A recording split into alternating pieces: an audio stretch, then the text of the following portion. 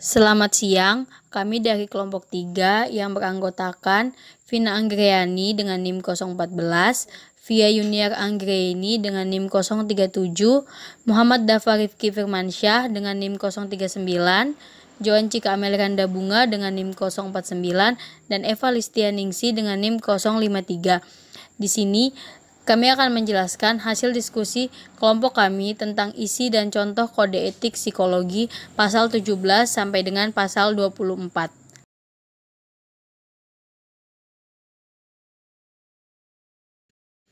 Pasal 17, konflik kepentingan. Bisa teman-teman lihat di slide untuk bunyi pasalnya. Penjelasannya, seorang psikolog harus profesional, menghindari kepentingan yang akan mempengaruhi kinerja sebagai psikolog atau berdampak buruk pada pengguna layanan. Selanjutnya, pasal 18, eksploitasi. Bisa teman-teman lihat di slide untuk bunyi pasalnya.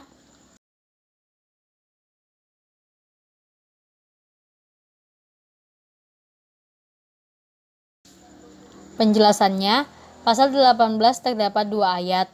Yang pertama, tentang pemanfaatan eksploitasi dan terjerumus hal seksual terhadap pihak evaluasinya yang berada di bawah wewenangnya.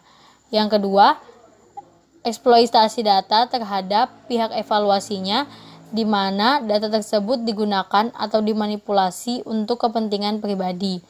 Sebagai contoh, seorang psikolog jatuh cinta dengan klien, lalu memberi perlakuan berbeda antara klien yang dicintai dengan klien lain, hingga ia melakukan tindakan seksual terhadap klien dengan ancaman menyebarluaskan data psikologisnya.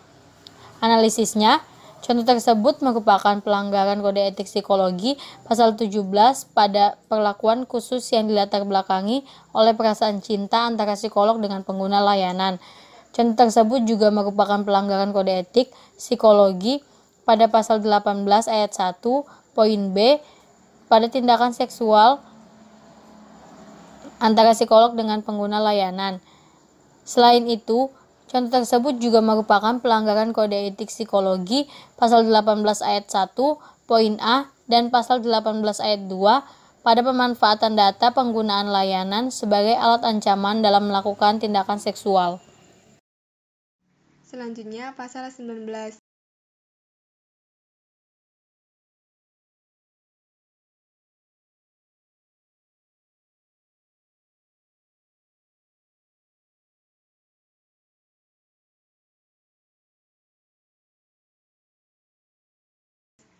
Penjelasannya, pasal 19 terdapat 2 ayat. Ayat pertama tentang menghargai, menghormati, menjaga nama baik rekan kerja antar psikolog atau ilmuwan psikolog. Sedangkan yang kedua menghargai dan menghormati profesi lain dan mencegah adanya layanan psikologi dari orang yang tidak memiliki kompetensi dan wewenang dalam bidang itu. Contoh, misalnya Dava dan Eva sesama psikolog. Lalu ada pasien datang konsul dengan Dava. Dava ini tidak boleh menjatuhkan Eva, misal menjelek-jelekan sikap buruk dan kinerjanya. Analisisnya, pelaksanaan pasal 19 ayat 1 poin A dan pasal 19 ayat 2 poin A pada menjelek-jelekan keburukan dan kinerja psikolog lain. Apabila dilanggar, sesuai pasal 19 ayat 1 poin yang D, maka wajib dilaporkan pada organisasi profesi layanan tersebut. Kemudian, pasal 20.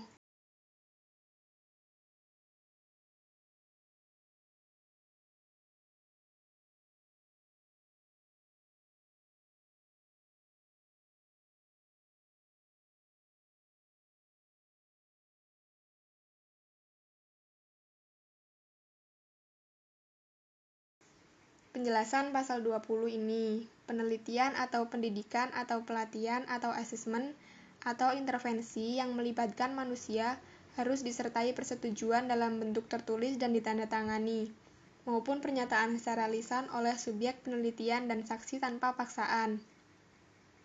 Contoh penerapannya, misalnya penelitian di desa Sekaran, harus ada persetujuan dari warganya dalam bentuk tertulis dan ditandatangani.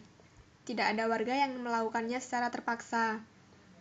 Analisis, pelaksanaan kode etik pasal 20 pada permintaan persetujuan warga yang akan menjadi partisipan dalam penelitiannya.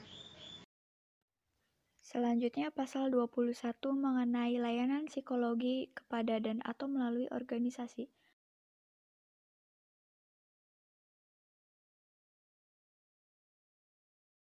Penjelasannya, psikolog yang memberi layanan psikologi untuk organisasi atau perusahaan harus memberi informasi penuh layanannya pada organisasi atau perusahaan tersebut.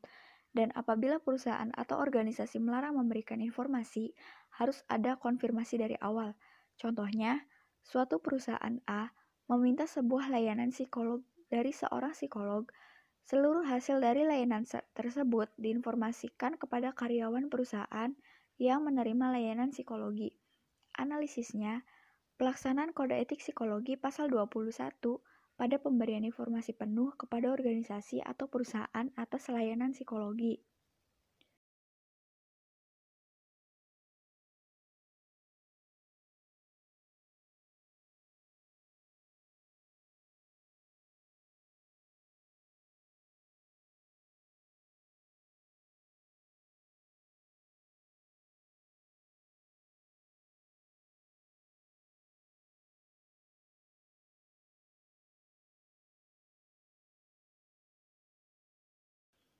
Penjelasannya, pemberhentian atau pengalihan layanan psikolog harus dibicarakan terlebih dahulu antara pemberi layanan dengan penerima layanan dengan syarat dan kondisi yang sudah tertera dalam pasal 22 ayat 1 dan 22 ayat 2.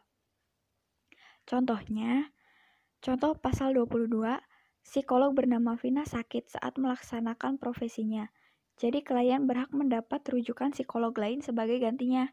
Analisisnya, pelaksanaan pasal 22 ayat 1 poin A pada hak penggunaan layanan psikolog untuk mendapat rujukan lain karena kondisi psikolog yang awal sedang sakit. Pasal 23, rekam psikologi. Bisa kalian lihat bunyi pasal 23 seperti yang ada di video.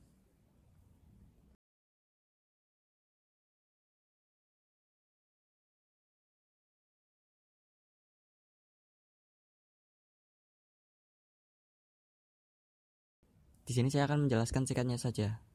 Intinya, dalam pasal 23 tersebut, rekam psikologi ada 2 rekam, yaitu psikologi lengkap, yang menjabarkan bahwa seorang psikologi itu dapat membuat, menyimpan kerahasiaan, dan memusnahkan data untuk kepentingan di masa mendatang. Yang kedua, rekam psikologi khusus, menjelaskan bahwa seorang psikolog dapat memberikan laporan psikologi guna kepentingan khusus dan kesejahteraan pengguna psikolog dengan tetap menjaga kerahasiaan orang yang mengalami pemeriksaan psikologi. Selanjutnya pasal 24. Bisa kita lihat isi pasal 24 pada slide ini.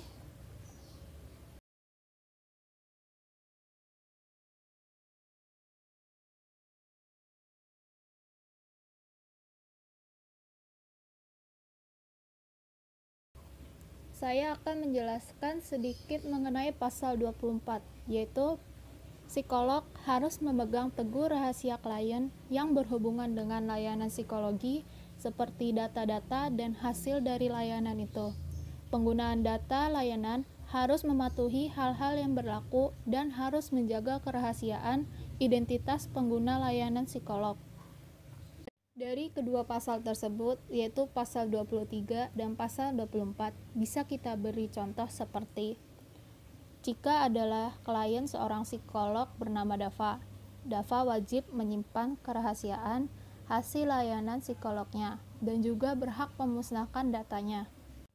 Adapun analisis dari kedua pasal tersebut, yaitu pelaksanaan kode etik pasal 23 ayat 1 poin A dan pasal 24 pada menjaga kerahasiaan data hasil layanan psikologi dan poin B pada hak psikolog memusnahkan datanya. Demikian hasil presentasi dari kelompok kami, kurang lebihnya mohon dimaafkan. Selamat siang.